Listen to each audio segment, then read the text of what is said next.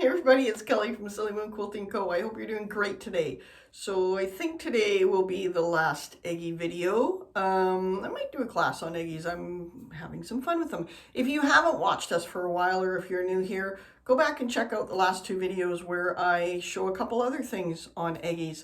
In those videos, I was working on my Q16 sit-down long arm, and I know not everybody has a long arm, or some people have it on a frame, but a lot of people quilt on their domestic machines. So I thought it would be kind of fun today to show you a couple designs. Now, everything that I showed you on the BERNINA Q16 sit-down long arm, you can absolutely do on your domestic machines. You just want to make sure that you've got the right thickness of rulers, and you want to make sure that you've got enough space to work so that the rulers stay nice and flat.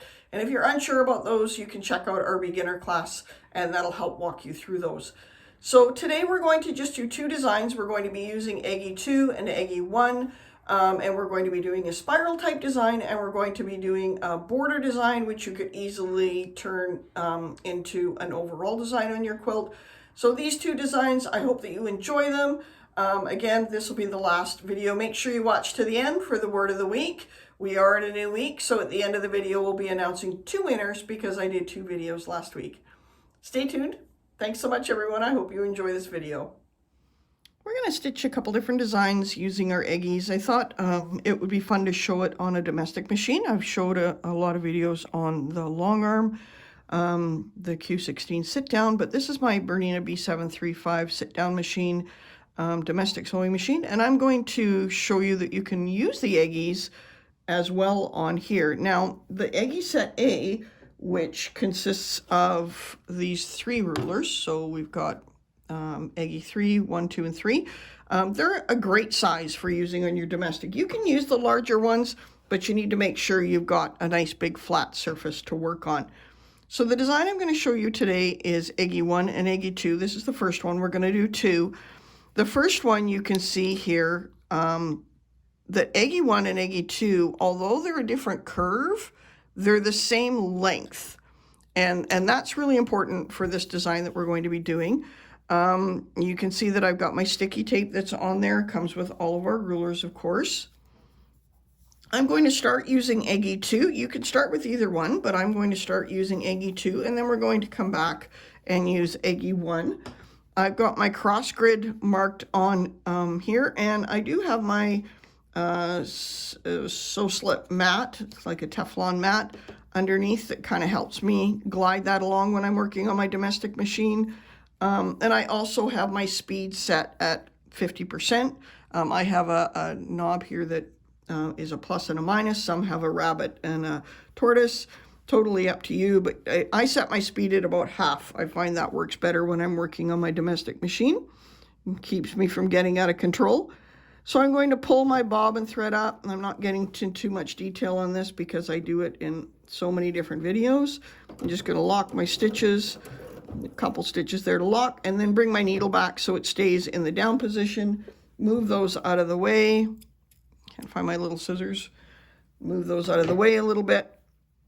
And then I'm going to start using my Eggie 2. So I'm going to start using the center line that goes through the holes on one of my marked lines. Now, the trick is when you're working on your domestic machine, and it applies to your sit-down long arm too, but what we don't want to do is we don't want to turn our quilt. We want to come around this edge and follow it along until we reach this line at the top of the Eggie. So again, we're not turning our quilt. We're going to try to keep it in the same axis. Now, if we're used to stitching front to back, so this is a great way to kind of start stitching front to back, but you can also do the same design, stitching at an angle or stitching left to right. You're going to find what works best for you.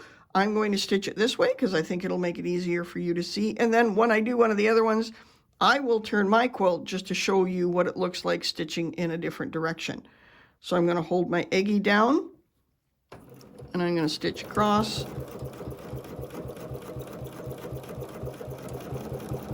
And I'm going to stitch until I reach that center line, but then I'm going to hold everything nice and secure.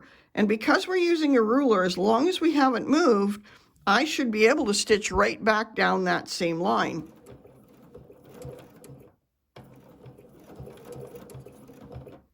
So now I've reached the top. I have a couple different options. The one thing I can do is I'm going to stitch back down the same line.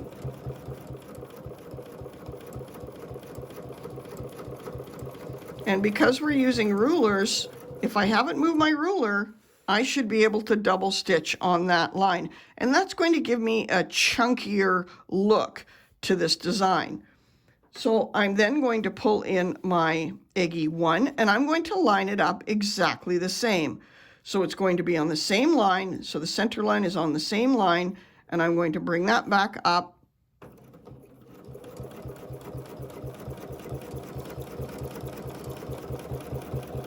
And then to the center and hold my ruler and come back down.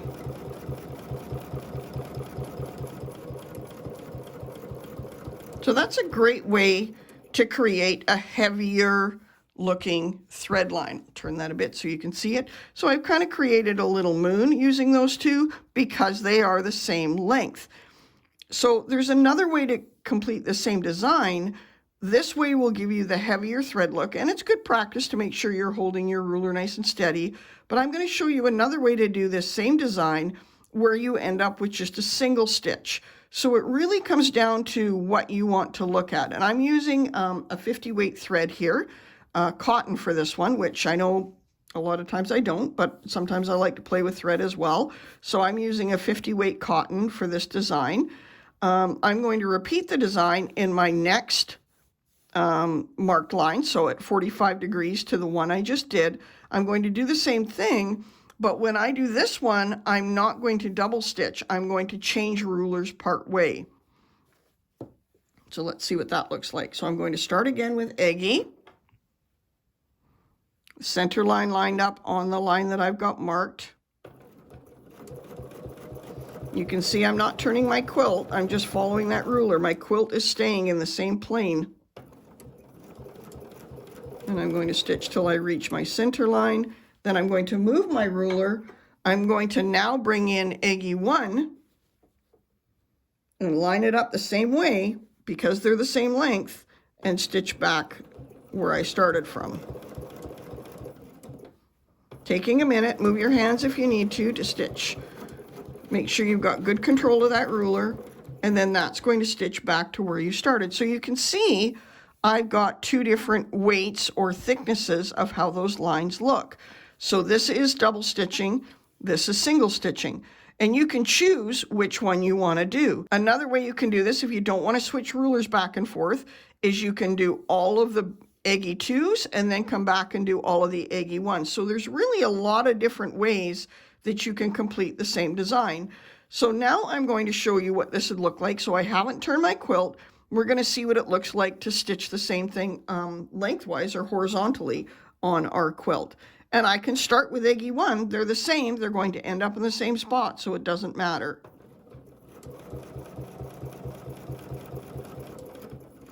Stopping when I need to adjust my fingers.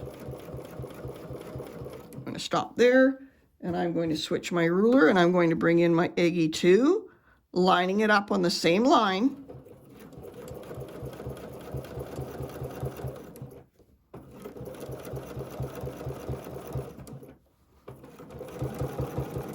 And then back to the center. So you can see I can move left to right on this design if I choose.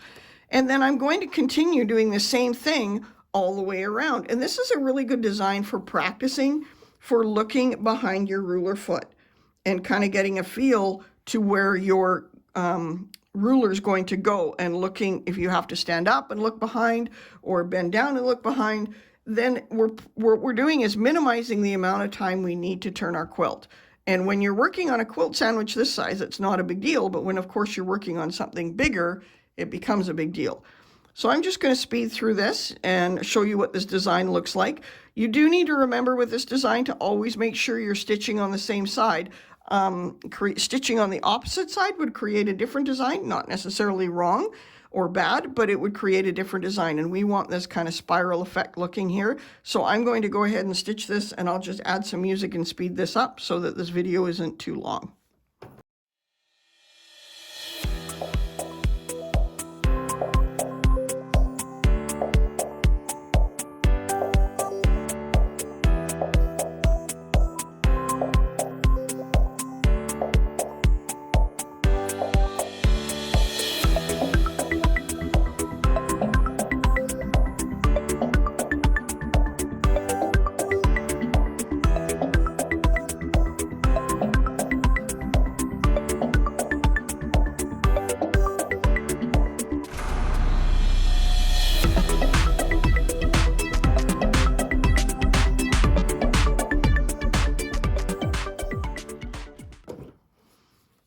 Okay, so I just locked my stitches there, and I'm going to break my thread and show you what that looks like.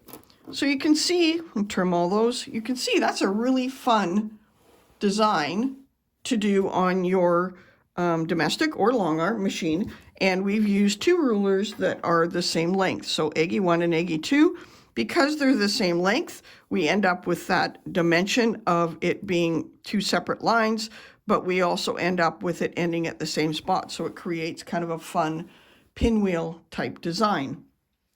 Now we're going to move on to a second design, and this one you can do with either ruler, or even if you wanted to make this bigger, this would be a great kind of border idea. I'm going to show you how I stitch it. There's other ways to stitch this same sort of design. I'm going to show you how I stitch it because I don't like, I like to kind of stitch one thing and then come back and do the other. I don't like having to figure out a way to double always, like up here where we did the double thread. This way we can stitch this entire design and we won't have any backtracking. So this time we're going to use some different lines on Eggie. So you'll see that we've got 45-degree line markings on there. So we're going to start with those 45-degree line markings, and I've got them on my my line that I've got marked here, and I'm going to start at this edge of my quilt. So I'm going to bring my ruler foot down, always bringing my ruler foot down away from my ruler. And this one I'm going to cheat. I'm not going to bring up my thread. It's a sample. I'm not super worried about it. So what I want to do now is I am going to stitch all the way around this Eggie on the outside until I get to this corner. Now, the trick is sometimes with an outside ruler like this is we have a tendency to kind of look up here. We want to make sure we're looking a little ahead. Don't stare at your needle. You want to look a little bit further ahead, and that's going to keep you coming around that corner in a nice even fashion. I'm going to hold my ruler. Move that thread out of the way. Shift my hands as I need to. Back down to my line. And then I'm going to shift my ruler over again. And this would be great for a border or an overall design. Nice and easy, and if you used one of the bigger Eggies, it would go even faster. Shifting my hands as needed. I'll do one more, and then we'll come back.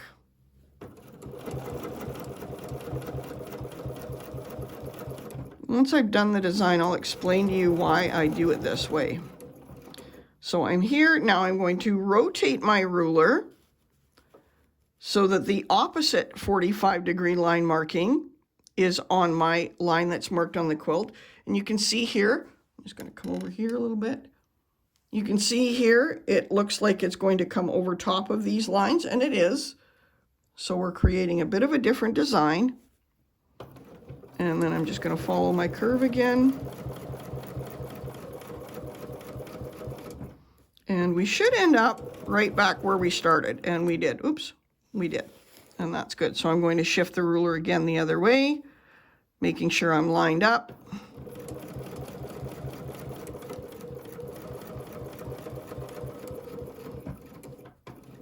Shifting my hands back to where I started.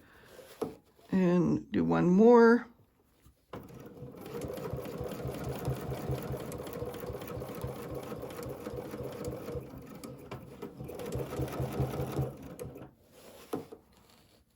And we'll do one last one, and then we're going to add some more to this. Taking a moment when you need to stop and straighten your quilt. So you can see there, I'm just going to turn that so you can see it. We've got this really neat little kind of border design happening. And you can do just that in your border if you want. That's kind of a fun design as well. But we're going to add a little bit more to this.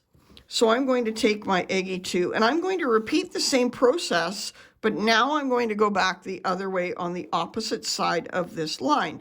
So if I was doing this in a border, I would find the center of my border and I would mark a line, and that's where I'm going to do my stitching, and that's going to be my reference line. So I'm going to start using the same angular line on Eggie, and I'm going to come around. Now I'm going around the other side.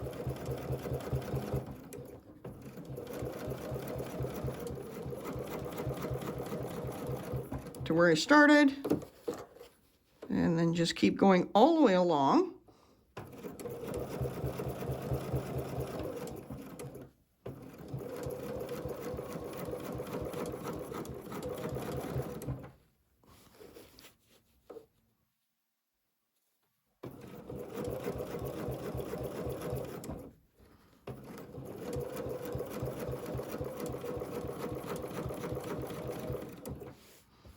One more.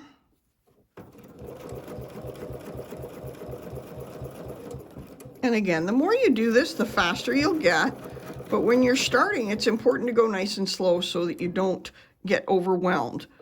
So now I've got my ruler there. I'm going to, again, rotate it so that the opposite 45-degree angle is now on that line, and then I'm going to stitch back.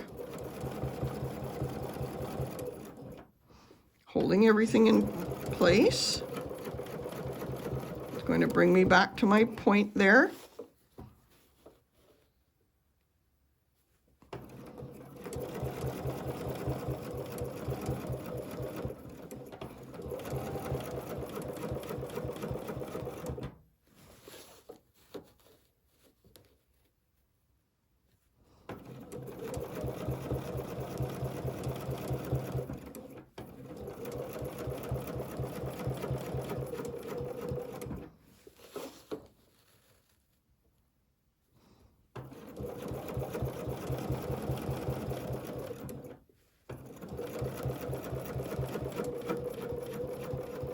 And then we're back. I'm going to break my thread there and show you what this looks like.